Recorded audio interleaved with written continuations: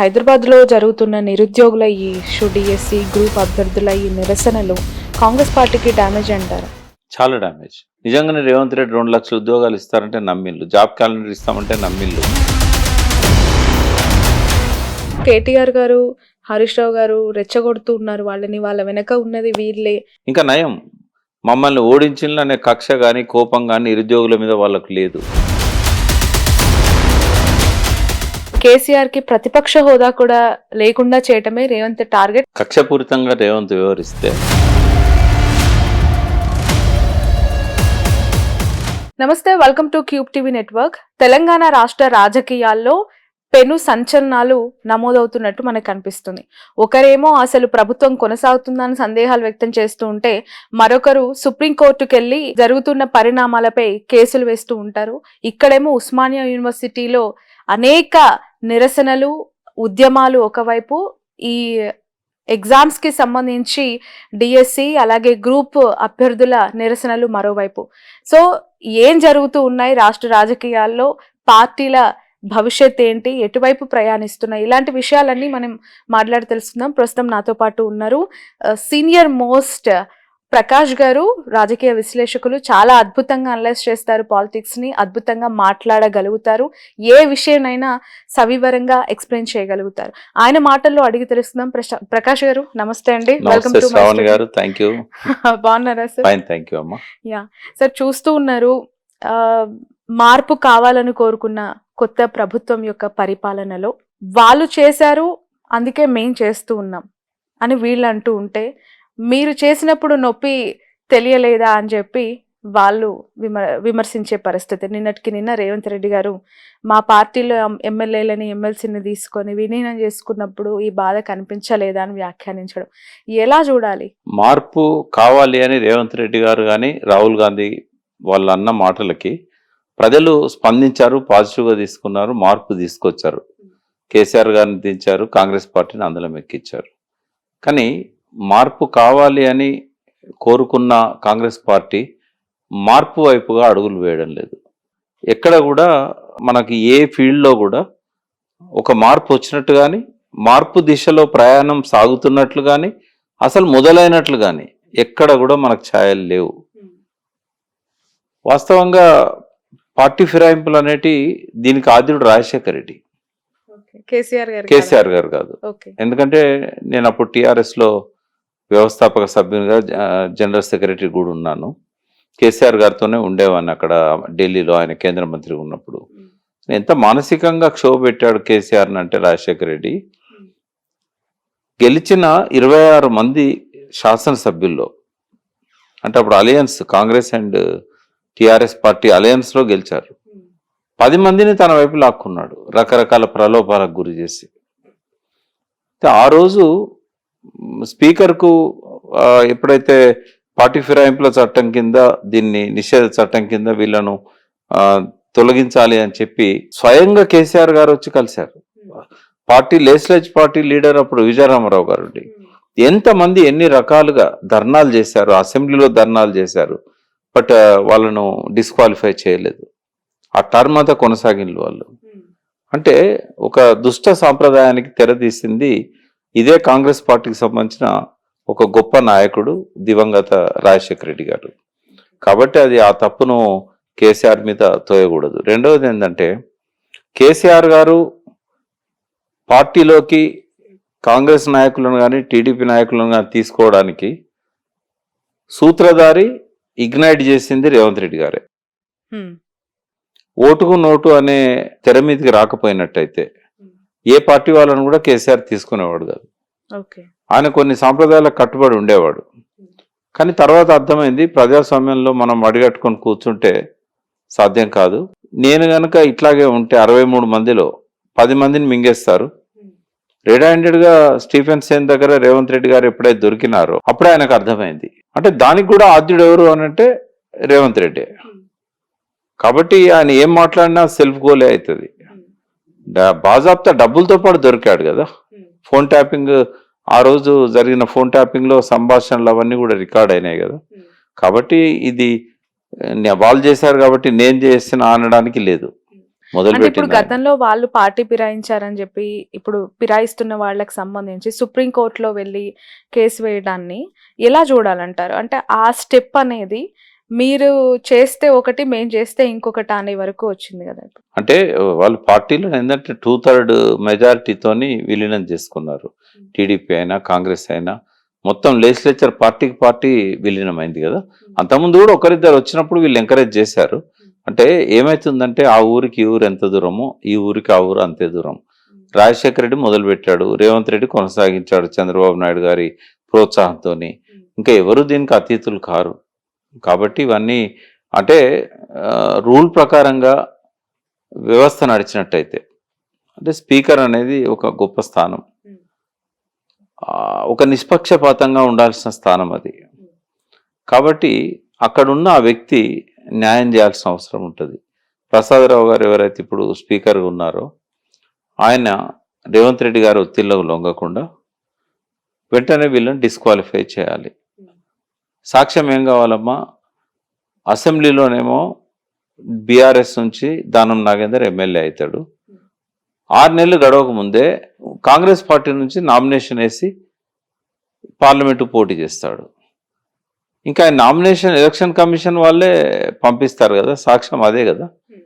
అదే election commission వాళ్ళు కూడా రిజైన్ చేయకుండా ఆయన కాంగ్రెస్కు నామినేషన్ వేస్తే దాన్ని ఎందుకు తోసిపుచ్చలేదమ్మా? అది అది ఎలక్షన్ కమిషన్ నోటీస్ చేయాల్సిన అఫెన్స్ కాదా అది? ఇప్పుడు ఎలక్షన్ కమిషనే పట్టించుకోకపోతే ఇంకెవరు పట్టించుకుంటారు? అది రాజ్యాంగ సంస్థ కదా.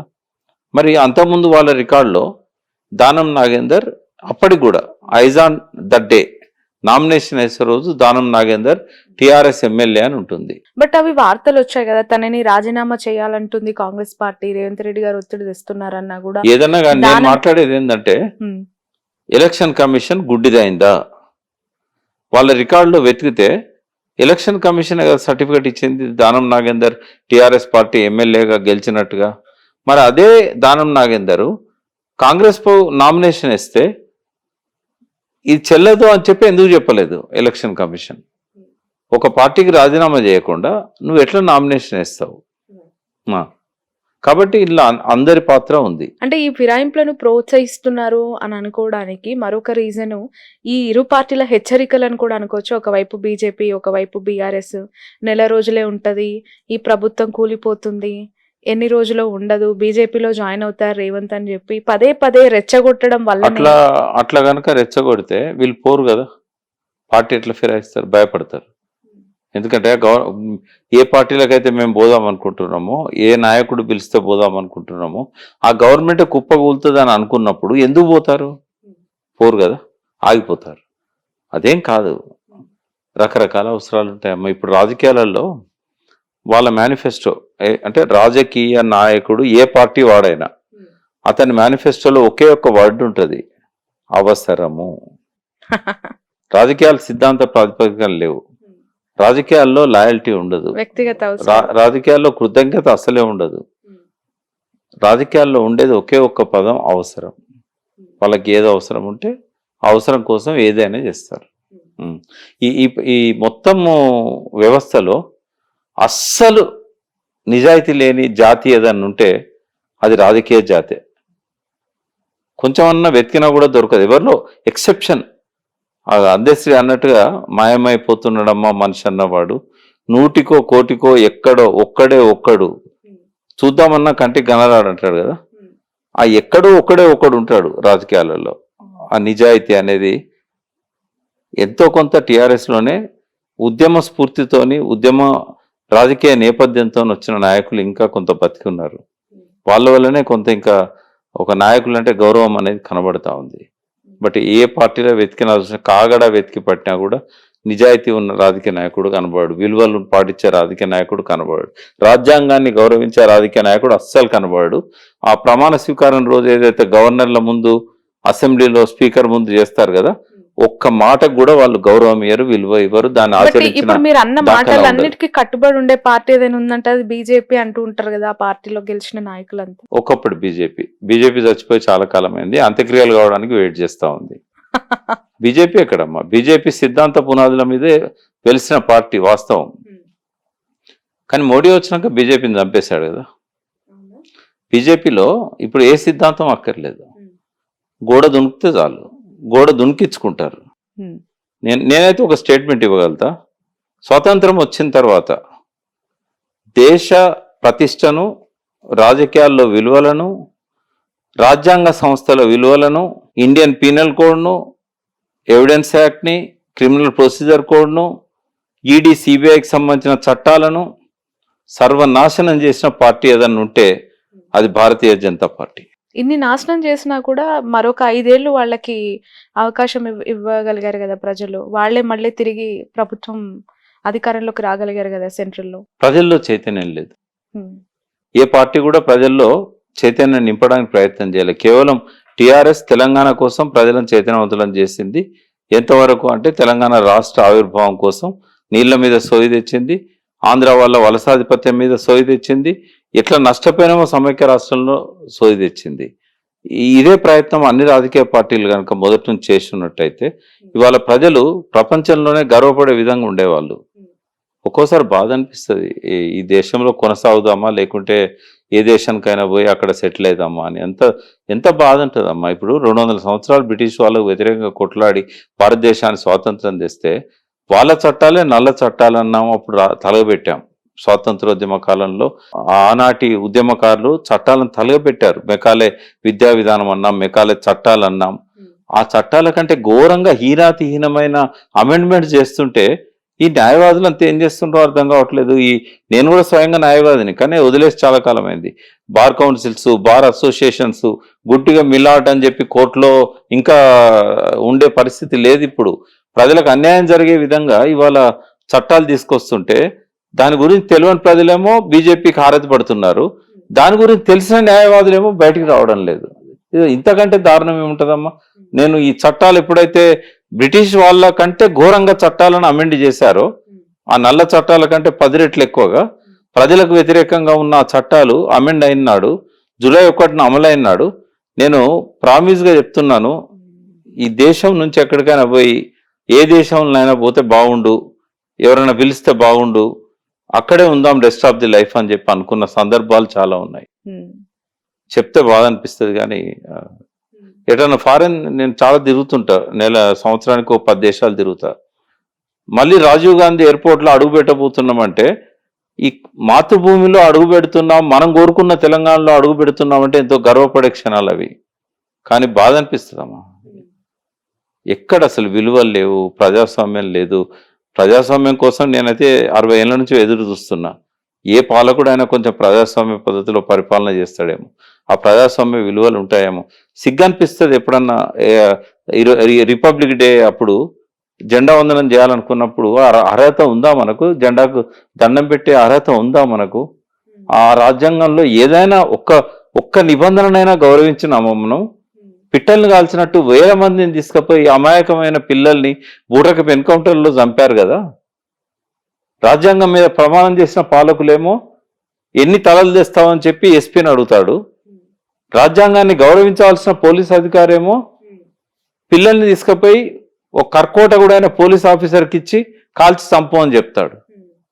ఈ ఆటవిక రాజ్యం ఇది ప్రజాస్వామ్యమా? ఈ దేశంలో ప్రజాస్వామ్యం ఉన్నదా? ఈ ఫిరాయింపులు అనేటి చాలా చిన్న విషయం భారతదేశాన్ని పాలిస్తున్న పార్టీకే విలువలు లేనప్పుడు ఆఫ్టర్ ఆల్ ఒక ఎమ్మెల్యేకి ఏం విలువ ఉంటుంది? ఎందుకు ఉండాలి? మొన్న ఇరు రాష్ట్రాల ముఖ్యమంత్రులు కలిసి విభజన సమస్యలు ఇష్యూస్ పైన మాట్లాడతాము, ఇదే దానికోసమే భేటీ అన్నారు. ఏమైనా సార్ట్అవుట్ అవుతాయి అనుకుంటున్నారా? డెఫినెట్ కావాలి. అదొక ఆహ్వానించదగ్గ పరిణామం.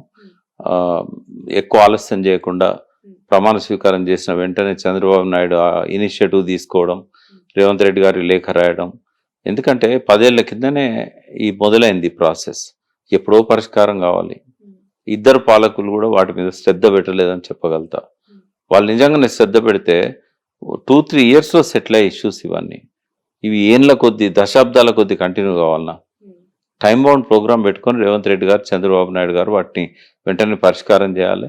ఈ కమిటీలు వేస్తున్నారు. ఒక ప్రజల్లో ఏమైతుందంటే కమిటీ అంటే కాలయాపన. ఈ కాలయాపన కోసమే కమిటీలని కాకుండా వాటికి డెడ్ లైన్ పెట్టి 3 months 6 months క్లోజ్ చేయాలి. అంత అపరిష్కృతంగా ఉండాల్సినంత జటిలమైన సమస్యలు ఏం లేవు. అవి ఎలక్ట్రిసిటీ డ్యూస్ ఉన్నాయి, అది ఇచ్చిపుచ్చుకున్న దూరంలో పరిష్కరించుకోవాలి. తర్వాత ఎక్కడి సంస్థలు అక్కడే అని చెప్పేసి చట్టంలో స్పష్టంగా ఉంది. ఏదున్నా ఏ వెలుగులో వాళ్ళు పరిశీలించాలి, ఏ వెలుగులో పరిష్కరించుకోవాలి, విభజన చట్టం వెలుగులో పరిశీలించాలి, పరిష్కరించుకోవాలి.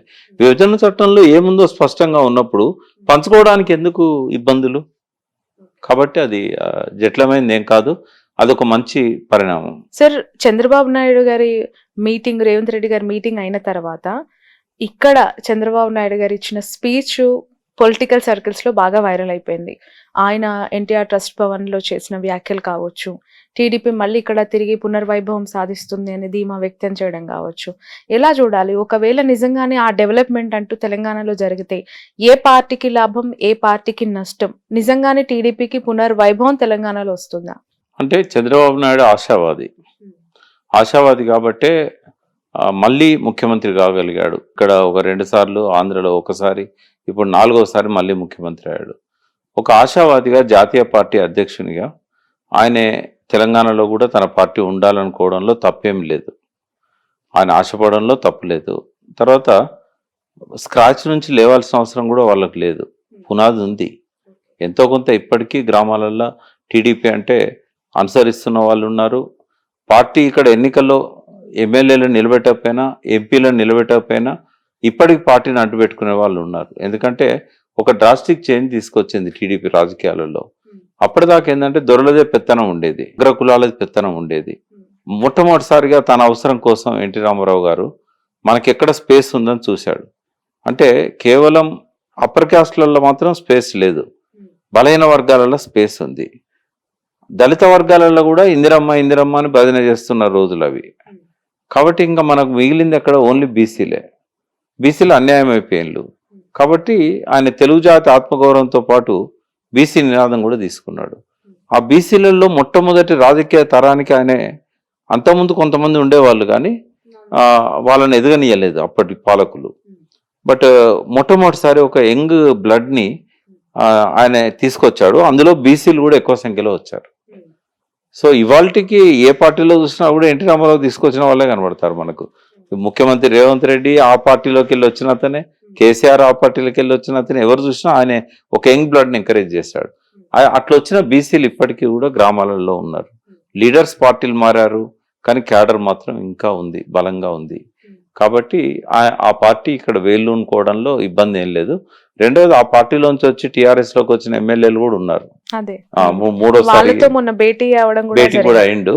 ఆయన పిలిస్తే మళ్ళీ వెనక్కి కూడా పోతారు కావచ్చు వాళ్ళు, పోయే అవకాశం ఉందంటారు. 100% ఉంటుంది. కానీ ఇప్పటికిప్పుడు ఒక ముగ్గురే పార్టీ మారమ్మా నాకైతే. అంటే ఇంకున్నారు, బట్ ఖచ్చితంగా నేను చెప్పగలిగేది ఏంటంటే కేసీఆర్ పార్టీ మారడు, ఎమ్మెల్యే కేటీఆర్ పార్టీ మారడు, హరీష్ రావు పార్టీ మారడు, జగదీష్ రెడ్డి పార్టీ మారడు. ఇంకేమన్నా ఒకరిద్దరు వెళ్తారేమో ఆ పార్టీల ఉద్యమ కాలంలో స్ఫూర్తి పొందే ఎమ్మెల్యేలు ఉన్న వాళ్ళు మాత్రమే ఉంటారు. తెలంగాణ ఉద్యమంతో ఉన్న వాళ్ళే ఉంటారు. ఒక స్టేట్మెంట్ ఇస్తాను నేను.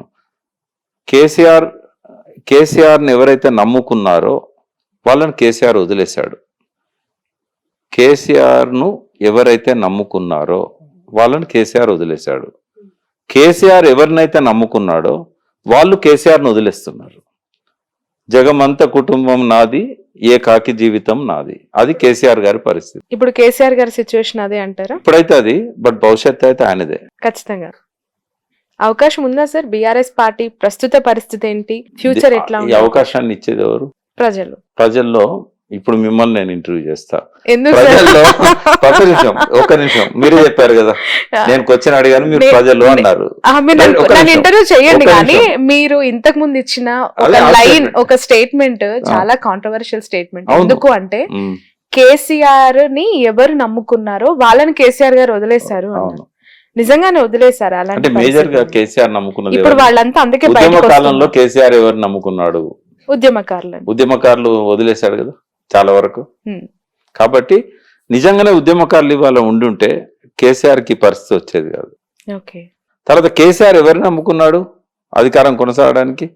ఇతర పార్టీల వల్ల నమ్ముకున్నాడు. వాళ్ళు ఆయనను వదిలేస్తున్నారు. ఆశ్చర్యం ఏముంది ఇలా? నేనేమంటున్నా, ఇప్పుడు ఈ నెక్స్ట్ టైం భవిష్యత్తు ఎవరికి ఇవ్వాలనేది డిసైడ్ చేయాల్సింది ప్రజలు. ప్రజల్లో ఇవాళ మారుతున్న ఆలోచనలను మీరు గమనిస్తున్నారా? ఇప్పుడు జై కొట్టిన చేతులే పిడికిళ్ళు అయినాయి కదా నిరుద్యోగులు. సింగరేణి ఎంతవరకు అవుతుందో అస్ఫాబాద్ నుంచి కాగజ్ నగర్ నుంచి మనుగూరు వరకు ఎక్కడైనా ఒక్క ఎమ్మెల్యే గెలిచాడా టిఆర్ఎస్? మరి సింగరేణి గనులలో ఇప్పుడు అగ్గి పుట్టింది కదా, సింగరేణి గనులలో అగ్గి పుట్టిందా లేదా? బొగ్గు గనులు వేలం వేయగానే ఇవాళ వాళ్ళందరూ కూడా ప్రభుత్వాన్ని ఏమంటున్నారు అంటే ప్రజల్లో మారుతున్న ఆలోచనలే భవిష్యత్తుకు అద్దం పడుతున్నాయి ఎవరు వస్తారని చెప్పడానికి. సార్, రేవంత్ రెడ్డి కక్షపూరితంగా వ్యవహరిస్తున్నారు అని చెప్పి ఇటు బీఆర్ఎస్ కావచ్చు అటు బీజేపీ కావచ్చు ప్రధానంగా ఆరోపిస్తోంది. మోర్ ఓవర్ కేసీఆర్ కి ప్రతిపక్ష హోదా కూడా లేకుండా చేయటమే రేవంత్ టార్గెట్, అందుకే ఇలాంటి స్టెప్స్ తీసుకుంటున్నారు అనేది ఇంకొక వర్షన్. కక్షపూరితంగా రేవంత్ వ్యవహరిస్తే ఈ పాటికి ఎప్పుడో కేసీఆర్ జైల్లో ఉండేవాడు, కేటీఆర్ జైల్లో ఉండేవాడు. ఎందుకంటే ఆరోపణలు రుజువు అయ్యేదాకా కూడా అవసరం లేదు కదా, ఏదో ఒక ఆరోపణ వేసి బట్టగాల్చి మీదేసి జైల్లోకి నెట్టొచ్చు కదా. బట్ అట్లా లేడు. ఎలక్షన్ల కోసం కొంత పరుషంగా మాట్లాడిండు అప్పుడు కానీ తర్వాత కానీ, అది ఎలక్షన్ల వరకే అయిపోయింది. ఆయన అన్నాడు ఈ ఎలక్షన్ల తర్వాత నేను రాజకీయాలు చేయను అన్నాడు. అది ప్రజలను రెచ్చగొట్టడానికి ఆయనకు వ్యతిరేకంగా మాట్లాడాడు. బట్ తన సీటు కూడా తను కాపాడుకోవాలి కదమ్మా. తన లోపల ఒక అభద్రతా భావం వచ్చింది. ఎందుకంటే ఇంటర్నల్ విషయాలు చాలా ఉన్నాయి. బట్ బయటికి నేను చెప్పగలిగేది ఒకటే, ఆయనకు కాంగ్రెస్ లోనే థ్రెట్ కనబడుతుంది. ఇప్పటికే ఉందా సార్? ఇప్పుడే ఉంది, ఇప్పటికీ కాదు ఇప్పుడే ఉంది. అంటే దాన్ని ఓవర్కమ్ చేయగలిగారు రేవంత్ రెడ్డి గారు అనేది అనిపించింది. ఎప్పటికీ చేయలేడమ్మా, ఎప్పటికీ చేయలేడు. నేను మీకు ఖచ్చితంగా చెప్తున్నాను, ఆయనను ఎవరు దించరు, రాహుల్ గాంధీ దించేస్తాడు ఆయన. ఎందుకంటే కాంగ్రెస్ లోనే ఇంటర్నల్ గా ఆయన వ్యవహార శైలి నచ్చని వాళ్ళు కావచ్చు, లేకుంటే ఆయన కాలుబట్టి కిందికి లాగి తన వాళ్ళ సీట్లో కూర్చోవాలనుకున్న వాళ్ళు కావచ్చు, అటువంటి వాళ్ళు రెడీగా ఉన్నారు అందులో. అంటే అది 5 ఏళ్ల లోపు జరుగుతుందా, 5 ఏళ్ల తర్వాత నెక్స్ట్ టర్మ్ లో జరగచ్చు? ఎందుకంటే ఆయన 10 ఏళ్లు మేమే అధికారంలో ఉంటామని చెప్పారు కదా. మీరు క్రికెట్ చూస్తారు కదా, క్రికెట్ పాలిటిక్స్ ఒక్క తీరు ఉంటాయి. ఎప్పుడు సచిన్ అవుట్ అయిపోతాడో తెలియదు, ఎప్పుడు ధోని అవుట్ అయిపోతాడో తెలియదు. అందుకని ఎప్పుడైనా జరగవచ్చు. లేదా సమర్థవంతంగా పరిపాలిస్తే మాత్రం 5 ఏళ్ళు కొనసాగుతాడు. బట్ రేవంత్ రెడ్డి గారు మాట్లాడే విధానం, తీసుకుంటున్న డెసిషన్స్ చూస్తూ ఉన్నప్పుడు అదొక సమిష్టి, ఒక యూనిటీ ఆఫ్ గవర్నెన్స్ గా మనకు కనిపిస్తూ ఉంటుంది. ఆయన వైపు నుంచి ఆయన ప్రయత్నం చేస్తున్నాడు, కానీ వాళ్ళు దాంతో సాటిస్ఫై అవుతారని ఎట్లా అనుకుంటాం? మళ్ళీ వస్తుందో రాదో కాంగ్రెస్ గవర్నమెంట్. కాబట్టి అందరు ఏమనుకుంటున్నారు కాంగ్రెస్ లో తెలుసా, ఇది లీడర్స్, ఈ గవర్నమెంట్ మళ్ళీ అయితే రాదు 5 ఏళ్ళు అయిన తర్వాత. ఎందుకంటే ఈ హామీలన్నీ కూడా అమలు చేస్తేనేమో డెవలప్మెంట్ ఉండదు, డబ్బంతా సంక్షేమానికి పోతుంది. ఒకవేళ అమలు చేయకపోతేనేమో ప్రజలు నెక్స్ట్ టైం గెలవనియరు. ఏపీలో అయినట్టు ఇప్పుడు సేమ్. అంటే జనరల్ విన్ విన్ సిచ్యువేషన్ కోసం ముఖ్యమంత్రి ట్రై చేస్తాడు. ఇక్కడ విన్ విన్ సిచ్యువేషన్ లేదు, ఇది లూజ్ సిచ్యువేషన్. అది నువ్వు డెవలప్మెంట్ చేస్తేనేమో పెన్షన్లకు డబ్బులు ఉండయి, వాళ్ళకి హామీలను అమలు చేయడానికి డబ్బులు ఉండయి. ఒకవేళ వీటికి డబ్బులు ఇస్తేనేమో డెవలప్మెంట్ ఉండదు, అల్టిమేట్గా ప్రజలు నష్టపోతారు. కాబట్టి నెక్స్ట్ టైం ఖచ్చితంగా కాంగ్రెస్ గవర్నమెంట్ అయితే రాదు. రానప్పుడు ఏం చేస్తారు, దీపం ఉండగానే ఇల్లు చక్కబెట్టుకోవాలి, ఈ 5 ఏళ్లలోనే మనం సీఎం కావాలి, ఎవరికి వాళ్ళు ఆలోచిస్తారు. అది జరుగుతున్నది అక్కడ. సో ఈ 5 ఏళ్ల లోపే అందుకే ఆయన ఏం చేస్తున్నాడంటే, నాకు తెలిసిన సమాచారం మేరకు, చాలా అత్యంత విశ్వసనీయ సమాచారం మేరకు, ఒక 35-36 మంది మాత్రమే రేవంత్తో ఉన్నారు ఎమ్మెల్యేలు. మిగిలిన వాళ్ళు ఎవరైతే ఉన్నారో వాళ్ళు ఆయనతో లేరు. సో ఇప్పుడు పార్టీ ఫిరాయించి వస్తున్న వాళ్ళు కూడా ఆబ్వియస్లీ రేవంత్ టీమ్ లోనే ఉంటారు కదా, వచ్చే వాళ్ళు రేవంత్ టీమ్ లో ఉంటారు. అందుకే ఆయన ఏం చేస్తున్నాడు, ఇప్పుడు ఒక 28 మంది షార్ట్ అవుతారు 60కి అనుకుందాం, ఆ 28 మందిని టీఆర్ఎస్ లోంచి లాక్కోవాలనుకుంటాడు ఆయన. రైట్, ఆ ప్రయత్నమే జరుగుతుంది.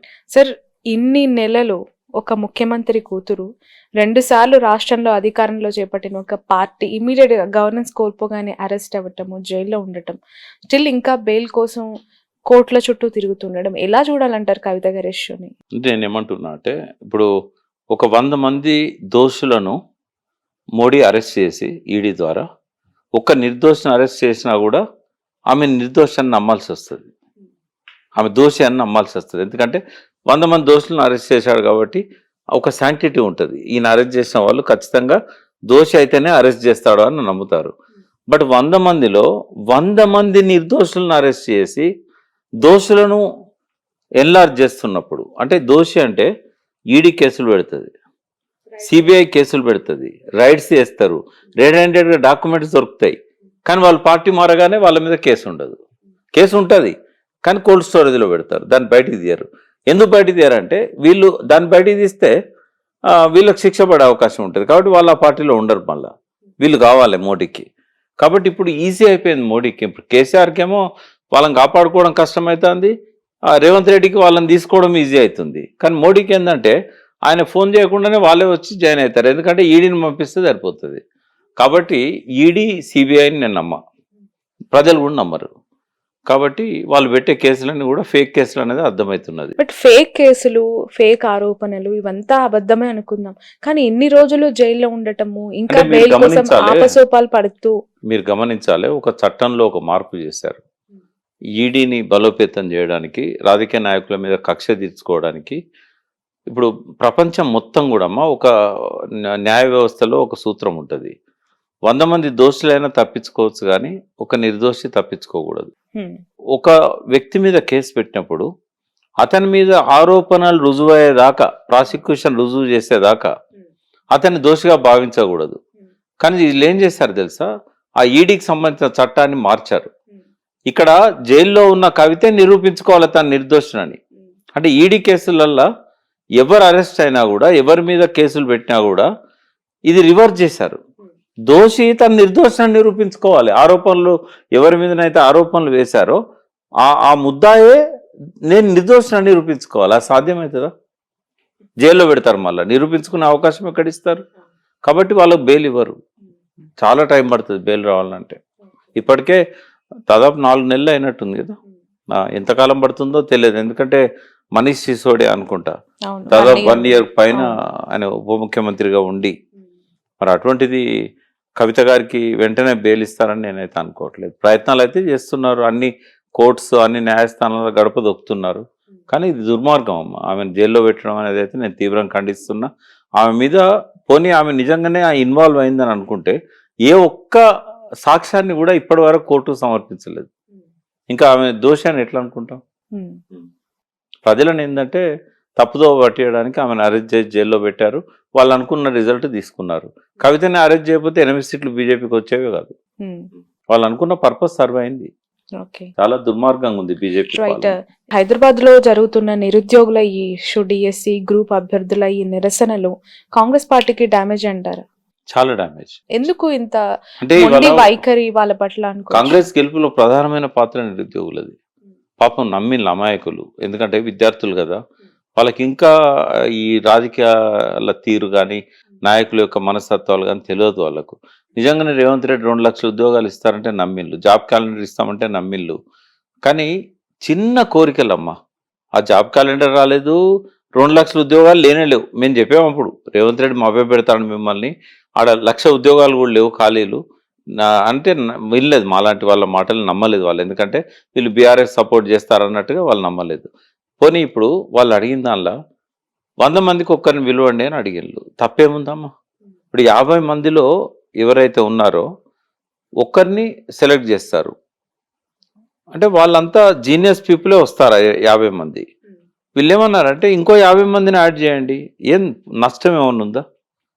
అవుట్ ఆఫ్ 100లో ఒక్కరిని తీసుకోవచ్చు కదా పబ్లిక్ సర్వీస్ కమిషన్ గ్రూప్ 1లో మెయిన్స్కి. అది మెయిన్స్ ఎగ్జామే, అది చేయలేదు, పోస్ట్పోన్ చేయమని అది చేయలేదు. Job calendar already Akunuru Murali గారి వీడియో చూశాను నేను తయారు చేసి ఇచ్చాను అన్నాడు. తయారు చేసి ఇస్తే దాన్ని ఎందుకు బయట పెట్టట్లేదు? పెట్టాలి కదా. వాళ్ళు అడిగినవన్నీ చిన్న చిన్న కోరికలు. డిఎస్సి వాయిదా ఏమన్నారు, 2 నెలలు వాయిదా వేస్తే ఏమైద్దమ్మా, ఏం నష్టం అవుతుంది? తర్వాత ఈ గ్రూప్ 1 గ్రూప్ 2 రెండు ఒకటేసారి వస్తున్నాయి. ఇప్పుడు ఫస్ట్ గ్రూప్ 2 వస్తుంది ఆగస్టులో, గ్రూప్ 1 సెప్టెంబర్ ఎప్పుడో వస్తుంది, అక్టోబరో సెప్టెంబరో. ఇప్పుడు దీనికి ప్రిపేర్ కావాలా, వాళ్ళు దానికి ప్రిపేర్ కావాలా? సబ్జెక్ట్స్ 2 ఎక్స్ట్రా సబ్జెక్ట్స్ ఉంటాయి, కొన్ని వేరు ఉంటాయి. అంటే వాళ్ళని చదువుకోవడానికి కూడా అవకాశం ఇవ్వకపోతే ఎట్లా? ఎప్పుడో లాస్ట్ 10 yearsలో గ్రూప్ 1 రానిలేదు, 12 ఏళ్ళకి వచ్చేది. ఈ ఎంటైర్ ఇష్యూలో కేటీఆర్ గారు, హరీష్ రావు గారు రెచ్చగొడుతూ ఉన్నారు వాళ్ళని, వాళ్ళ వెనక ఉన్నది వీళ్ళే. ప్రతిపక్ష నాయకులుగా వాళ్ళు మాట్లాడితే అది రెచ్చగొట్టడు అయిద్దా? నిరుద్యోగులకు ఎవరు టేక్ కేర్ చేయాలి నిరుద్యోగులను? ఇంకా నయం, మమ్మల్ని ఓడించిన అనే కక్ష కానీ కోపం కానీ నిరుద్యోగుల మీద వాళ్ళకు లేదు. అయినా కూడా నిరుద్యోగులకు జరుగుతున్న అన్యాయానికి వాళ్ళు వ్యతిరేకిస్తూ బాసటగా నిలుస్తున్నారు. అది కొండంత బలం కదా.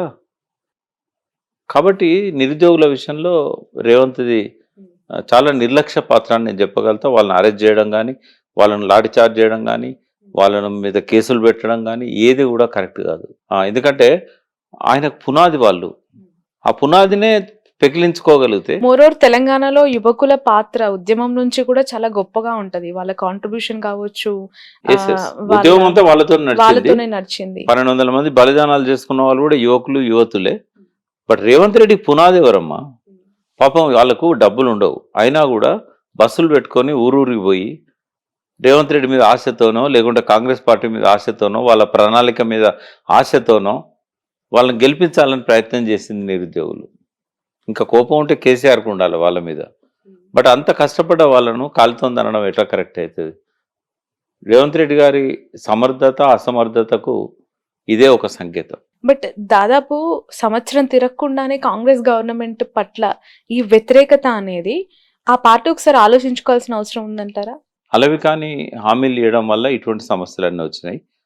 అందులో భాగమే నిరుద్యోగులకు ఇచ్చిన హామీ కూడా 2 లక్షల ఉద్యోగాలు ఇట్లాంటివి. అయితే అది వాళ్ళు తప్పు అప్పుడే చేశారు. అధికారంలోకి రావడానికి అన్ని అబద్ధాలు, అన్ని అసత్యాలు, అన్ని హామీలు, అలవి కాని హామీలు ఇవ్వాల్సిన అవసరం లేకుండే. బట్ రేవంత్ రెడ్డి గారు అమెరికాలో ఒక మీటింగ్లో చెప్పినట్టుగా రాజకీయ నాయకులు హామీలు ఇచ్చి ప్రజలను మోసం చేస్తూనే ఉంటారు, ప్రజలు మోసపోతూనే ఉంటారు. ఆయన డైలాగ్ నేను చెప్పింది. ఓకే, ఆయనే అన్నాడు కదా. ఎప్పుడు వెళ్తున్నారు కేసీఆర్ గారిని కలవటానికి? అంటే ఇప్పుడు ఒకటమ్మా, ఇప్పుడు మనము అవతలి వ్యక్తిని కలవడం అంటే ఒక ప్రయోజనం ఉండాలి. ఎందుకంటే మీరు టిఆర్ఎస్ ఫౌండర్ మెంబర్, చాలా సుదీర్ఘంగా ఆ పార్టీ క్రియాశీలక పాలిటిక్స్ లో మీరు పనిచేశారు, దగ్గరగా ఉన్నారు, you know more about BRS party. So ఇప్పుడు ఆ పార్టీ పరిస్థితి బాగాలేదు అని చెప్పి మాట్లాడుకునే సందర్భంలో మీలాంటి వాళ్ళు అవసరం ఉందంటారు, మీరేమో పూర్తిగా పాలిటిక్స్ ను వదిలేసాను అంటున్నారు. అంటే ఇప్పుడు ఎవరు అవసరం అనేది నాయకుడే కదా డిసైడ్ చేయాల్సింది. ఇప్పుడు కేసీఆర్ ఆ పార్టీ తిరుగులేని నాయకుడు. ఎవరి సలహాలు తీసుకోవాలి, ఎవరిని తన వెంట పెట్టుకోవాలి, ఎవరిని దూరం పెట్టాలి, ఎవరిని పిలవాలి, ఎవరిని కలవాలి అనేది ఆయన డిసైడ్ చేయాలి. కాబట్టి అది కేసీఆర్కే వదిలేద్దాం. ఆయన కనుక ప్రకాష్ నువ్వు రా మాట్లాడదాము, లేదా నువ్వు నాతో నుండు అంటే ఎప్పుడైనా నేను రెడీగా ఉంటాను. ఎందుకంటే తెలంగాణకు తిరుగులేని వాయిస్ ఒక కేసీఆరే. ఇవాళ తెలంగాణకు ఆ వాయిస్ లేకపోవడం వల్ల ఎంత నష్టం జరుగుతుందో మనం చూస్తున్నాం. పార్లమెంట్లో అసలు తెలంగాణ వాయిసే లేకుండా పోయింది. రేపు కృష్ణా జలాల పరిరక్షణ కావాలన్నా వాటర్ మీద ఆయనకున్నంత అవగాహన ఇంకెవరికి లేదు, రాదు కూడా. అంత 20 ఏళ్ళు ఆయన కష్టపడ్డాడు. సో కేసీఆర్ అనేవాడు తెలంగాణ తెచ్చినందుకే కాదు, తెలంగాణను గత 10 ఏళ్లలో అభివృద్ధి చేసినందుకు కూడా గొప్ప నాయకుడు. తెలంగాణకి తిరుగులేదు ఆయనకు. బట్ ఆయన డిసైడ్ చేసుకోవాలి ఎవరిని తన వెంట పెట్టుకోవాలి. నాకైతే లాస్ట్ 5 years ఆయన తీసుకున్న నిర్ణయాల పట్ల చాలా అభ్యంతరాలు ఉండే, కానీ ఏనాడు ఆయన కలవడానికి అవకాశం ఇవ్వలే, ఆయన పిలవలేదు, ఆయన అడగంది మేమేం చెప్పకూడదు. కాబట్టి ఎవరం కూడా చెప్పడానికి మేము సాహసించలేదు. బట్ ఇప్పటికైనా పార్టీని ప్రక్షాళన చేసి తను మళ్ళీ దీన్ని పట్టాల మీదకి ఎక్కించాలంటే మాలాంటి వాళ్ళం ఆయనకు తోడుగా నిలబడడానికి ఎప్పటికీ ఉంటాం. కానీ ఆయన పిలవంది నేనైతే పోను, ఆయన అడగంది నేనేం చెప్పను. పిలవంది పోరు, అడగంది చెప్పరు. అంటే నాకు జయశంకర్ గారు అంటే ఎనలేని గౌరవం. ఆయన చనిపోయే ముందు రోజు అడిగాను నేను, కేసీఆర్ గారితో నా రిలేషన్ ఎట్లుండాలి అని. అంటే నీకు ఏమైనా పదవుల మీద మోజుందా, అవసరం అనుకుంటున్నావు అంటే నాకు తెలంగాణ వస్తే చాలు సార్ అన్నాను. అంటే ఆయన పిలవంది పోక అడగంది చెప్పక అన్నాడు. ఆయన ఎందుకు అన్నాడో ఆయన అనుభవం అది. ఓకే, బట్ ఆయన చెప్పిన దాన్ని నేను పాటిస్తున్నారు. Right, thank you so much Thank you, Prakash అమ్మా. గారు, మీ వాల్యుబుల్ టైం ని మాకు ఇచ్చినందుకు. ఇలానే మీ రాజకీయ విశ్లేషణలు మాకు అందిస్తూ ఉండాలి రాబోయే కాలంలో మనస్ఫూర్తిగా కోరుకుంటూ. థ్యాంక్ యూ అమ్మా. Thank you so much. That's all for now. ఇప్పుడు ఆపరేషన్ లేకుండానే మోకాళ్లకు ప్లాస్మా ట్రీట్మెంట్, మీ ఆర్థోపెటిక్ సమస్యలన్నిటికీ రోబోటిక్ టెక్నాలజీ ద్వారా తక్కువ ఖర్చుతో శాశ్వత పరిష్కారం, ఫ్రీ కన్సల్టేషన్, ప్రతి ట్రీట్మెంట్ పై 20% డిస్కౌంట్. ఈ ఆఫర్ కొద్ది రోజులు మాత్రమే, త్వరపడండి. V9 hospitals 9281465842.